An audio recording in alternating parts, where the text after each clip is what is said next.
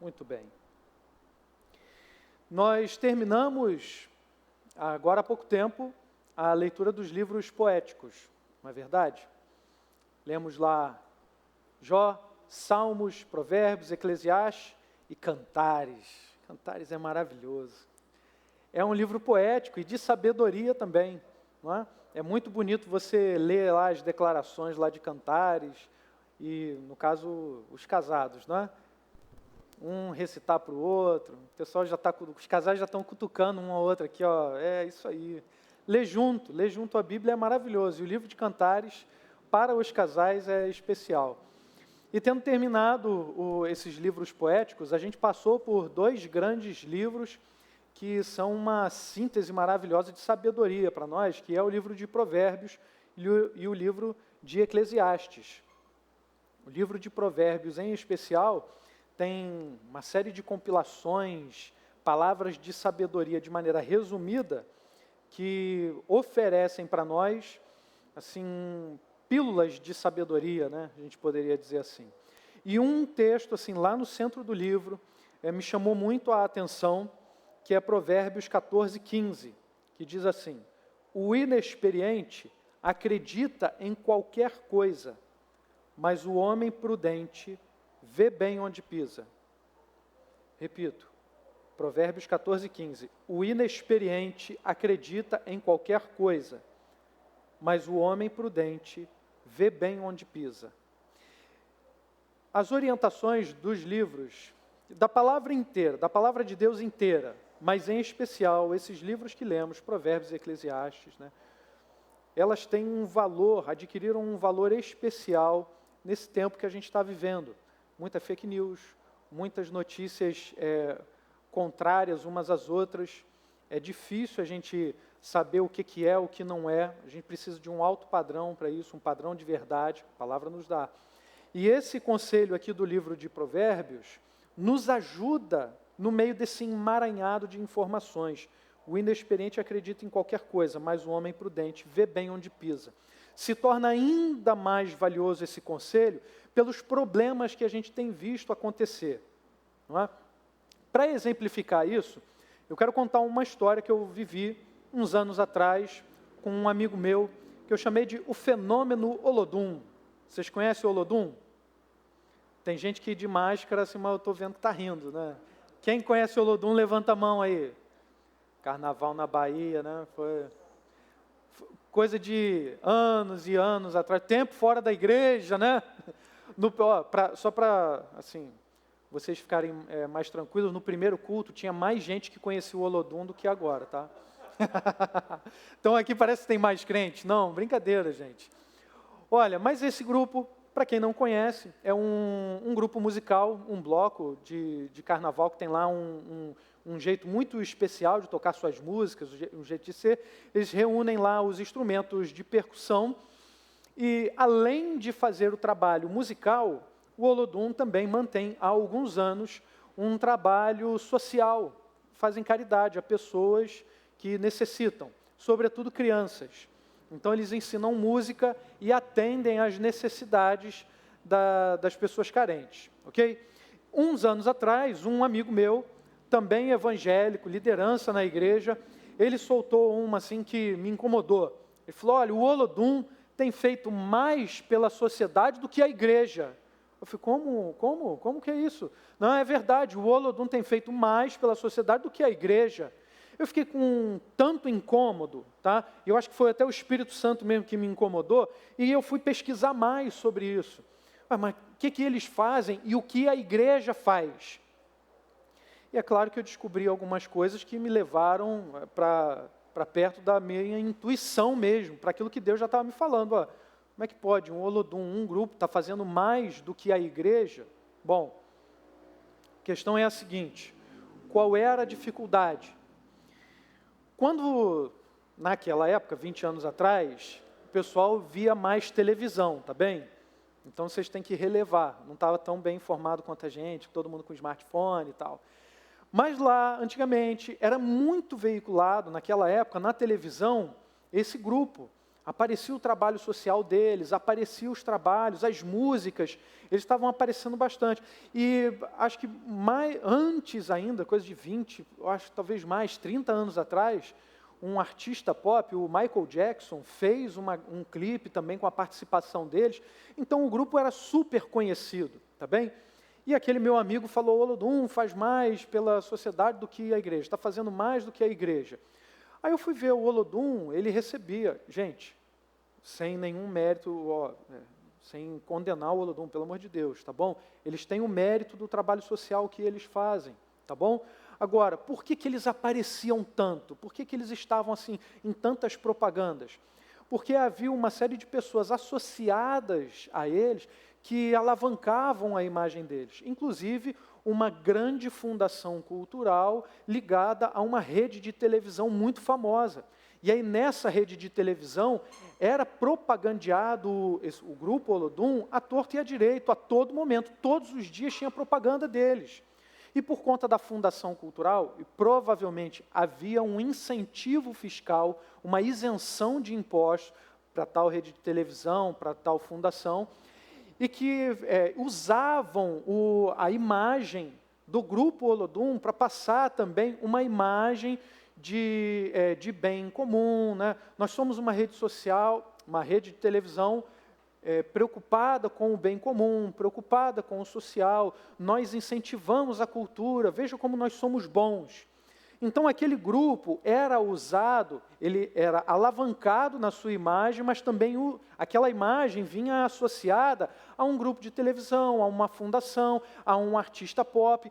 Então havia interesses em comum para que aquele grupo aparecesse. Isso aí era o que eles faziam, ok? Hoje a gente vive um fenômeno semelhante, mas não com o grupo Olodum, mas com youtubers. As pessoas da igreja olham para youtubers, como eu ouvi até de um pastor digital influencer, dizendo, comparando uma figura de um youtuber aí que tá aparecendo bastante, e ele questionava, olha, cadê o nosso youtuber? Cadê o youtuber da igreja evangélica? Bom, o mundo mostra para nós um modelo de sucesso que não tem nada a ver com a palavra de Deus, tá bem? A questão lá do Olodum, ele tinha o seu mérito, mas comparar com a igreja e dizer que fazia mais do que a igreja, era um pouco de exagero. Então é preciso que a gente abra os olhos, é preciso a gente questionar esses discursos que estão à nossa volta à luz da palavra. Olha o que Provérbios nos disse, olha o que Salomão disse. O inexperiente acredita em qualquer coisa, mas o homem prudente vê bem onde pisa. Isso é sabedoria de Deus, foi Deus quem inspirou Salomão para escrever, para guardar isso, para chegar até nós hoje.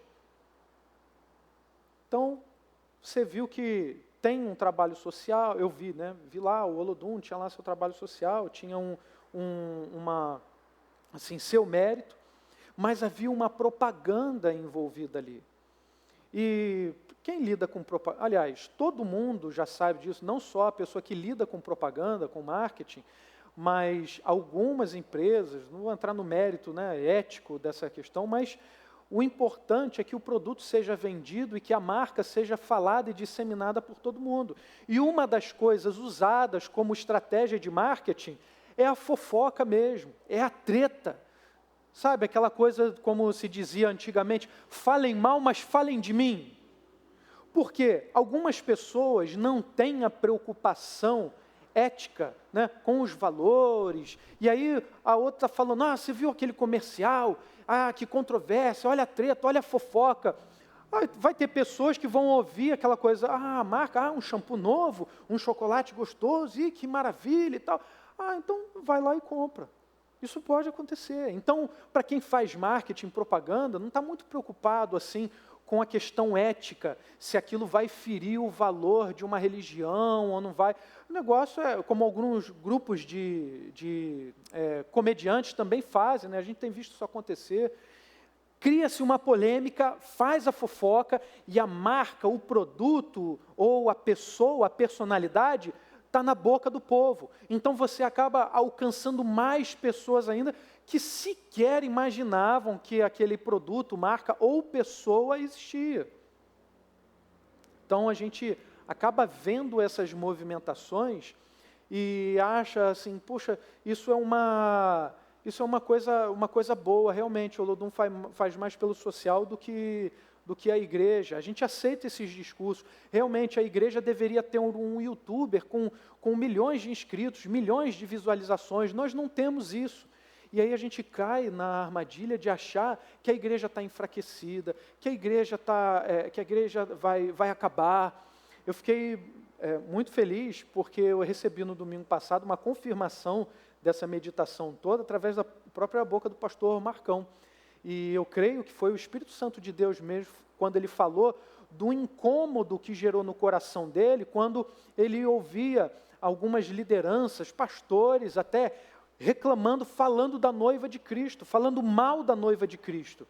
E isso é comum, infelizmente é comum no nosso, assim, no tempo que a gente vive, né? É mais fácil a gente espalhar uma notícia ruim, uma fofoca, uma treta, do que uma coisa boa, né? Então, é muito fácil, até lideranças muito respeitosas, vez por outra, vão fazer a crítica, que tem o seu devido lugar e a sua razão de ser, vão fazer a crítica à igreja.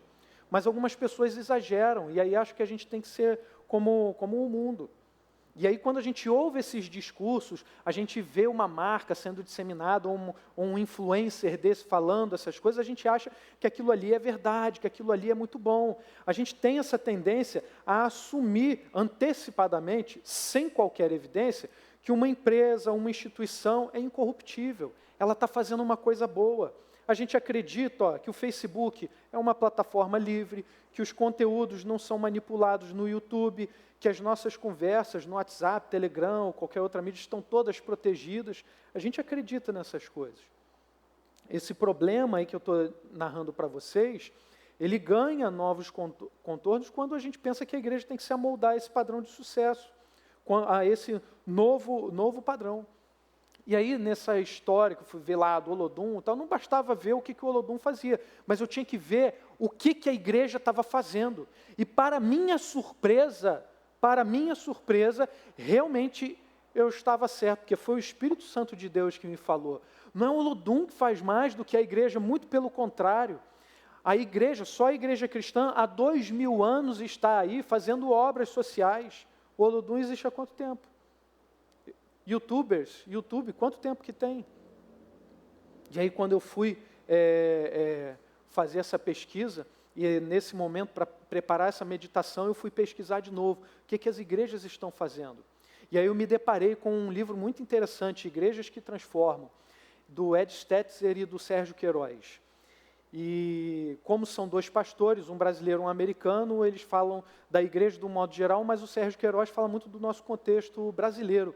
E para minha felicidade, a minha igreja, a igreja do meu coração, a sua igreja, a igreja oceânica, estava assim, parecia que ele estava dando o retrato da nossa igreja no livro.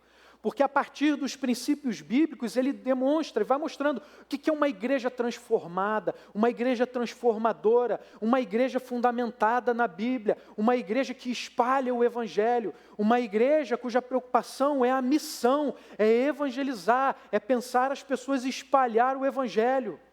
Aí eu fui pesquisar algumas coisas da nossa própria igreja. Por exemplo, os missionários que nós sustentamos. Não sei se todos conhecem, se todos têm de cabeça isso. Paulo e Valéria Sicoli, que trabalham na revitalização de igrejas lá na França. O Sérgio Murilo, que trabalha numa ação aqui no Rio de Janeiro, chamada Amor pela Vida. O pastor Davidson, que trabalha no sertão da Paraíba. Silvio e Darina, que tem um trabalho em Foz do Iguaçu com muçulmanos. O pastor Joel, da família Dias, que tem missão na Espanha. Nossos queridões do coração, nossos amigos e irmãos queridos, Nilson e Angélica Medeiros, que são missionários também da Cru Campus, da antiga Cruzada Estudantil, que tem um ministério voltado para universitários. Nós fazemos parte da rede Atos 29, que é uma rede mundial de igrejas espalhadas pelo mundo todo, que se preocupa com a plantação de igrejas. Nós, de janeiro a agosto, nós distribuímos 575 cestas básicas. foram 575 famílias que foram alcançadas, ou talvez um número menor, as pessoas, né, com a regularidade, mas 575 cestas básicas distribuídas. Eu tenho que falar essas coisas porque, às vezes, a própria pessoa da igreja não sabe o que nós fazemos.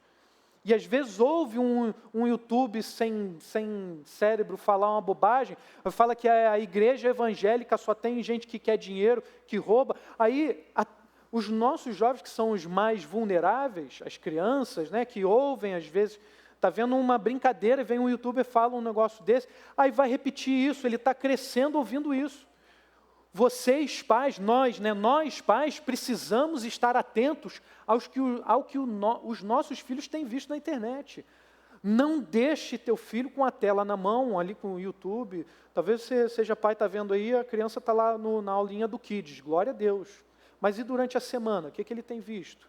O que ele tem feito? Tem conteúdo bom na internet, conteúdo evangélico, cristão. Então é isso que a gente tem que oferecer para os nossos filhos. A gente, para não ficar falando só da nossa igreja também, a gente pode falar de outras denominações, como a Batista, que tem o projeto da Cristolândia espalhado por 7 estados brasileiros, e que hoje já devem contar com mais de 100 Cristolândias. Né? Eles transformam lá a Cracolândia, que era um lugar onde as pessoas se reúnem para se drogar, eles transformam em Cristolândia, um lugar onde as vidas são restauradas e as pessoas abandonam as drogas, têm sua vida restaurada pelo poder do Evangelho, a vida transformada. Isso não dá ibope, isso não dá curtida. Eu já fiz essa experiência. Fui para o Facebook, coloquei um tema polêmico. Todo mundo comentando, todo mundo curtindo, ou dando lá like ou dislike. Aí depois eu coloquei um versículo. Os crentes iam lá e davam a curtida. Mas e os comentários? Silêncio. Não estou dizendo que, poxa, é normal, né? O que há de polêmico num versículo? Depende da palavra que você está destacando, né? Depende. Quem tem ouvidos para ouvir, ouça. Então, irmãos, o que a gente vê é que há uma propensão natural nossa, por causa do pecado, para treta, para fofoca, para as coisas que distraem, para as coisas que não exigem nada de nós. Os próprios cientistas hoje falam do cérebro. A coisa que mais o cérebro faz é o quê? É querer entrar em estado alfa, né? Tá ali, só quero um negócio que me distraia. Quando você vai pregar, vai dar aula, você tem que estar motivado para aquilo. Eu vou ganhar dinheiro, eu vou crescer como profissional. Aí você busca aquilo. Mas naturalmente, por isso que esse monte de bobagem que a pessoa faz, de repente, sei lá, olha, quebrei uma garrafa, caí, uma videocassetada. Milhões de visualizações. Porque é um negócio que exige pouco de nós, entendeu? Você vai ver aquilo e riu, você compartilha com todo mundo. Traços do pecado, né? Traços do pecado. Mas olha, a igreja tem feito muito. A igreja tem feito muito. E além da Cristolândia, a gente pode falar das casas de recuperação, né, que ajudam pessoas que têm problemas com drogas, espalhadas pelo Brasil todo, e em sua maioria são instituições de lideranças, direção evangélica. Comunidades terapêuticas, obras sociais variadas. E os cristãos, eles também não ficam presos ao trabalho que a igreja faz. Minha igreja mandou fazer, eu faço. Não, eles se envolvem em outras frentes de trabalho. Como a gente tem o exemplo do nosso irmão Vinícius, também conhecido carinhosamente como Siri, né? Lá do trabalho da Casa Reviver, lá no Morro do Estado. Nossa irmã Ana Ribeiro, envolvida com o trabalho da FENASE.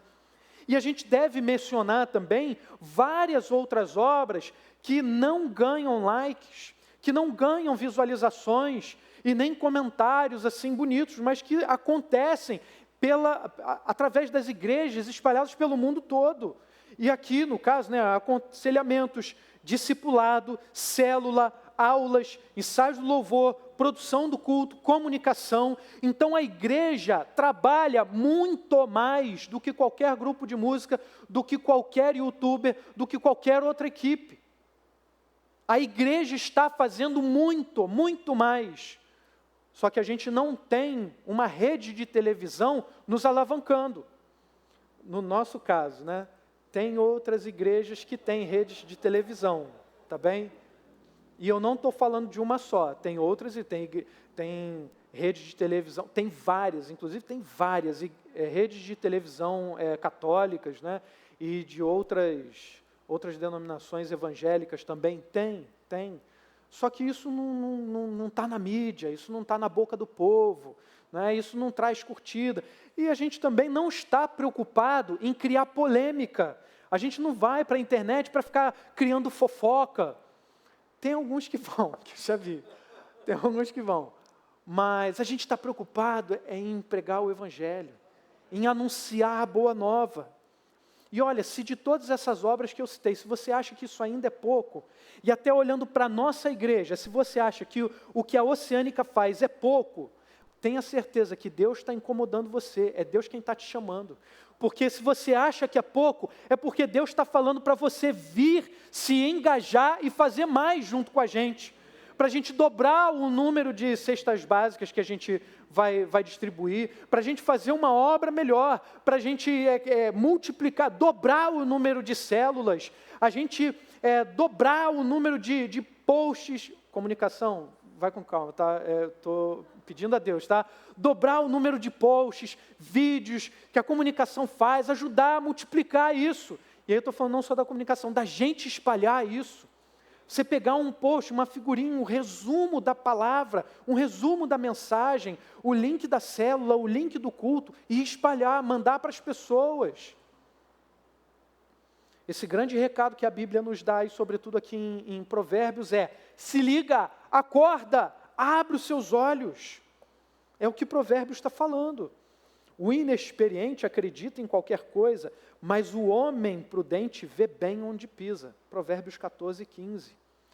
O livro de Provérbios é interessantíssimo, porque ele, ao mesmo tempo que a sabedoria divina de Deus, que vem direto para o nosso coração, é um chamado para um relacionamento íntimo com esta sabedoria, um relacionamento íntimo com Deus. O livro é uma grande compilação de sabedoria, de sínteses, né, de máximas, parábolas, provérbios, e além de Salomão, a gente pode identificar alguns outros autores que aparecem ali, que é Lemuel, Agur e Ditados dos Sábios. Mas, sem dúvida, o autor está ali, Salomão. Um provérbio é essa declaração compacta, como a gente leu aqui, Provérbios 14, 15. Uma declaração compacta, sintética, com verdades a respeito da Bíblia, a respeito da palavra de Deus, a respeito da vida e a respeito do comportamento humano.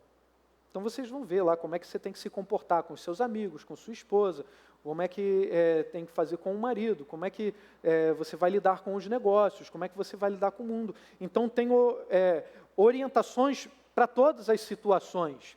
E o objetivo é anunciado logo no capítulo 1, quando a gente lê assim: estes são provérbios de Salomão, filho de Davi, rei de Israel. Eles ajudarão a experimentar a sabedoria. Está vendo? Não é uma coisa teórica apenas, é da ordem da realidade, do concreto. Eles ajudarão a experimentar a sabedoria e a disciplina, a compreender as palavras que dão entendimento, a viver com disciplina e sensatez, fazendo o que é justo, direito e correto. Ajudarão a dar prudência aos inexperientes e conhecimento e bom senso aos jovens. Se o sábio lhes der ouvidos, aumentará seu conhecimento, e quem tem discernimento obterá orientação para compreender provérbios e parábolas, ditados e enigmas dos sábios.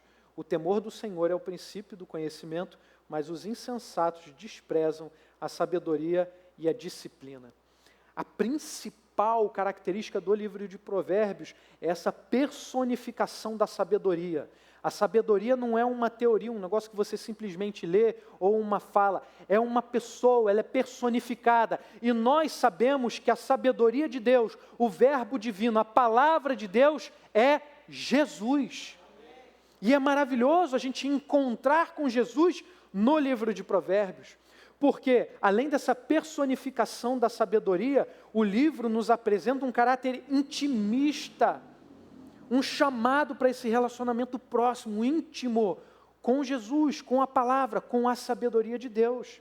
Principalmente nas expressões carinhosas, meu filho ou meus filhos. A todo momento você vê isso no livro.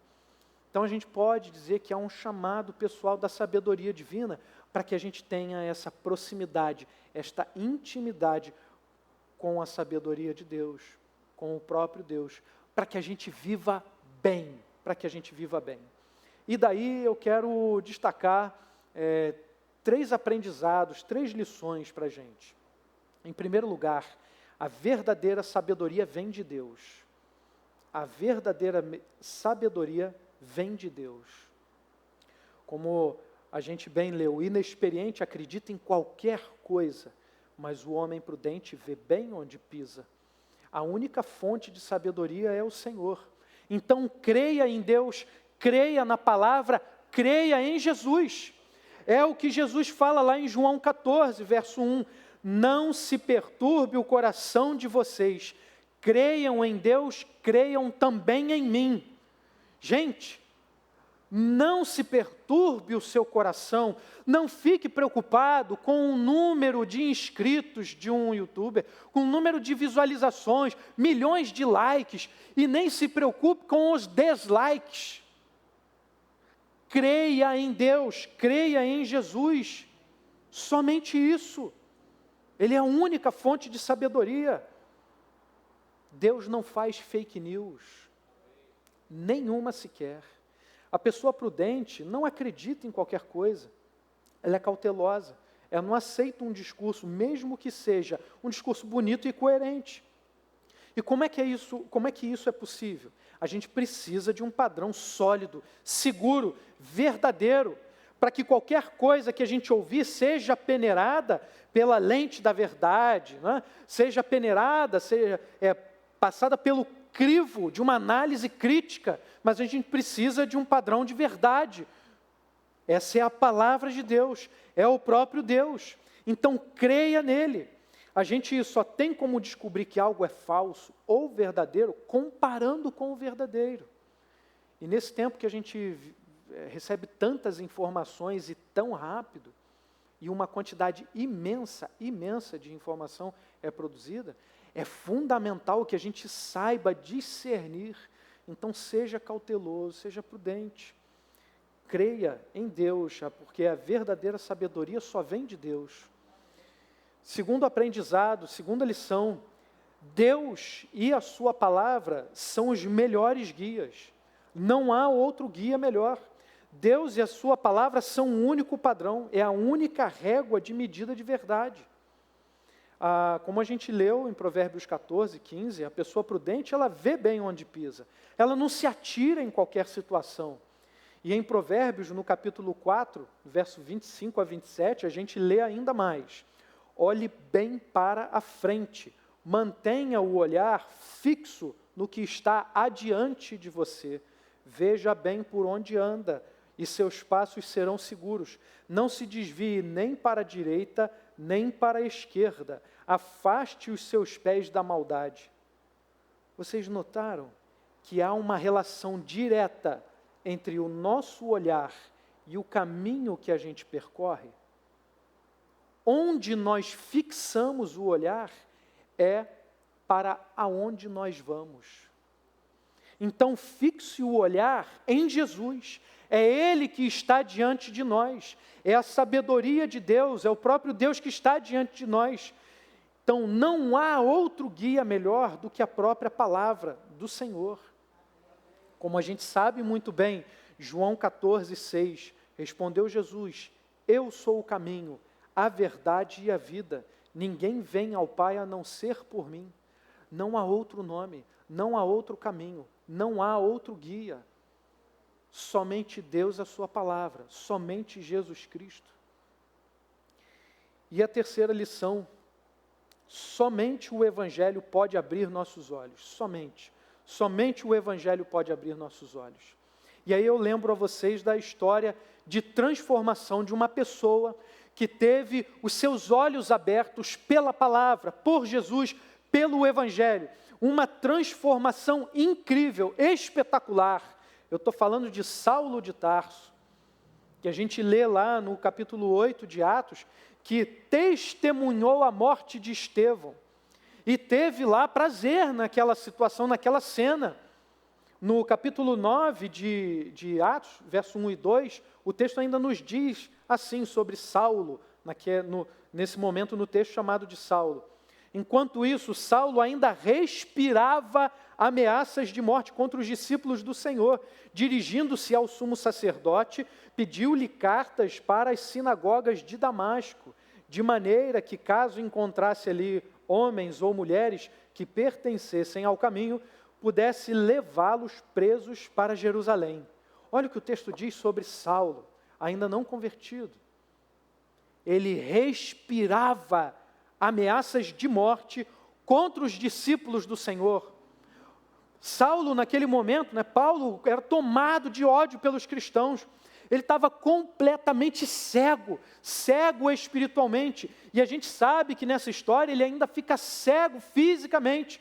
O Senhor Jesus aparece para ele e pergunta: Saulo, Saulo, por que me persegues? E aí ele fica cego. Deixa de comer durante 3 dias, sem beber durante 3 dias. Respirava ódio, ameaças aos cristãos, ameaças de morte. Este homem, esta pessoa foi transformada pelo Evangelho. Ele teve os seus olhos abertos por Jesus Cristo. Teve os seus olhos abertos pelo Evangelho.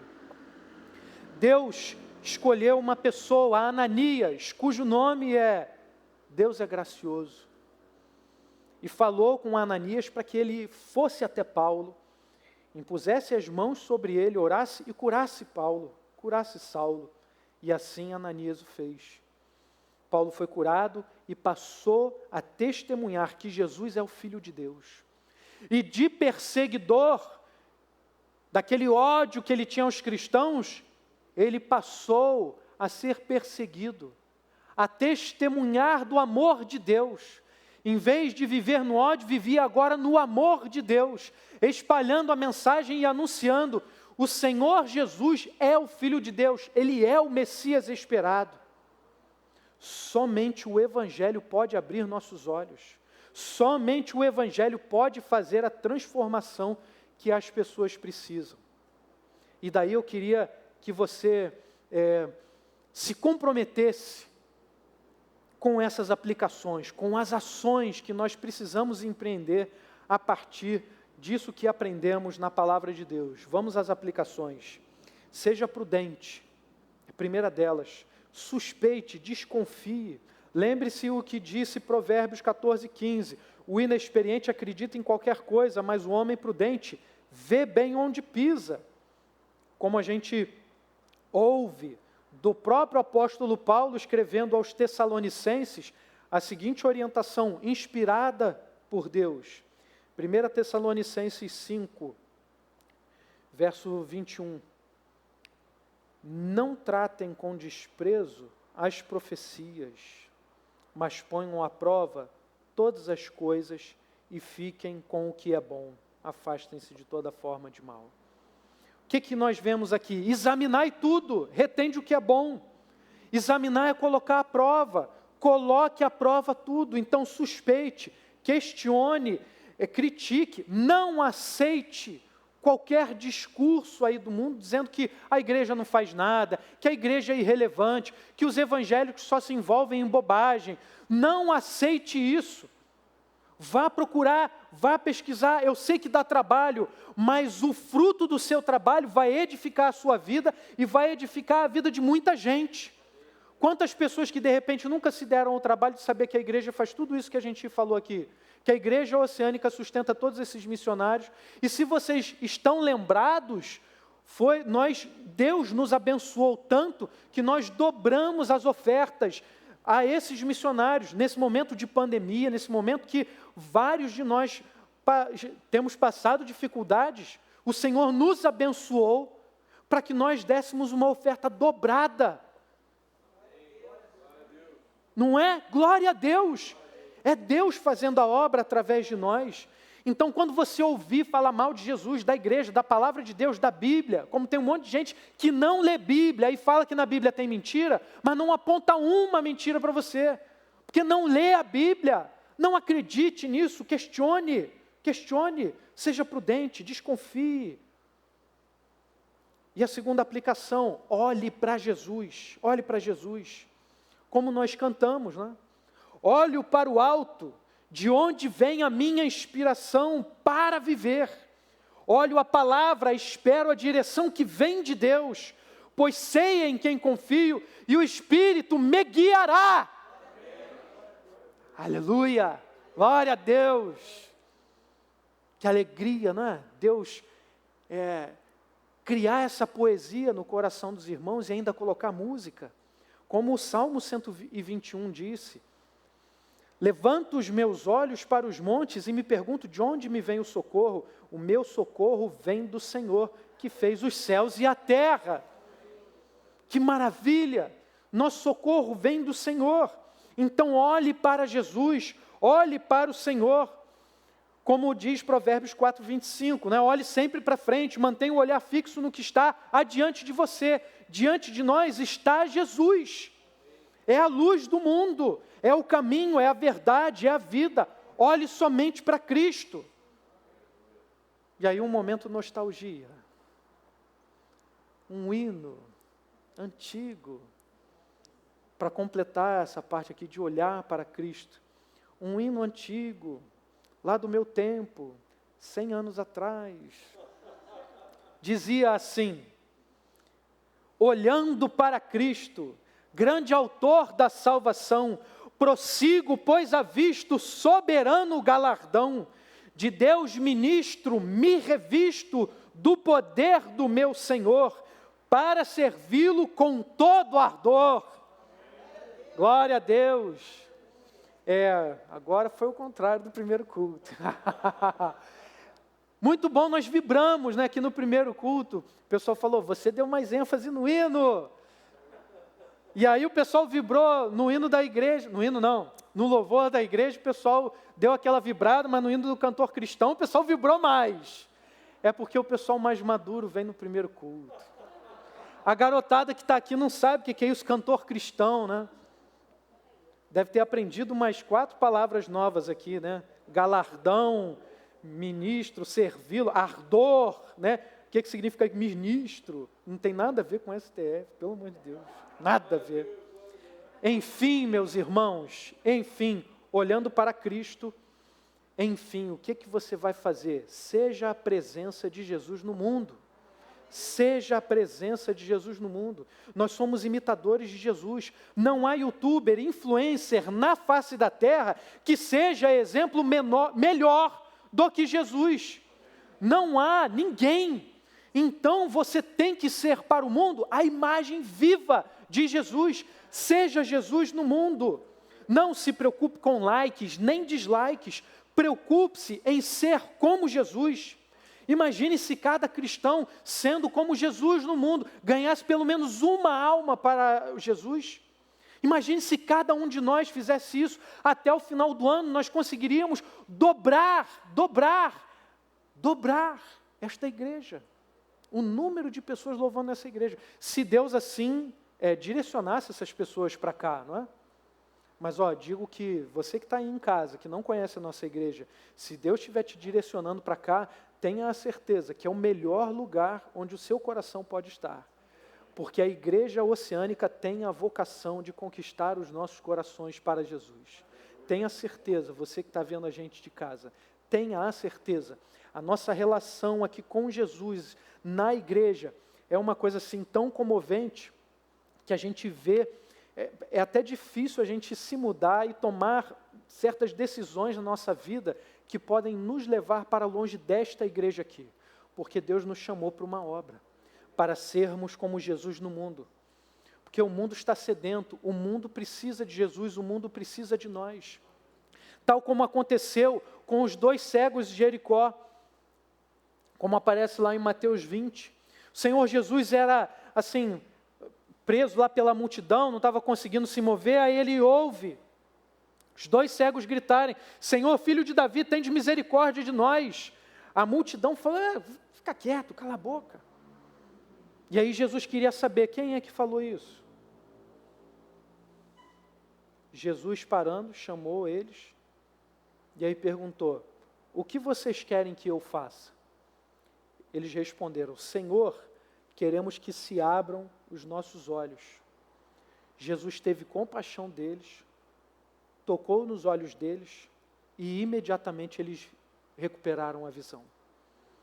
Nós somos chamados para sermos Jesus no mundo, para sermos a presença de Jesus no mundo.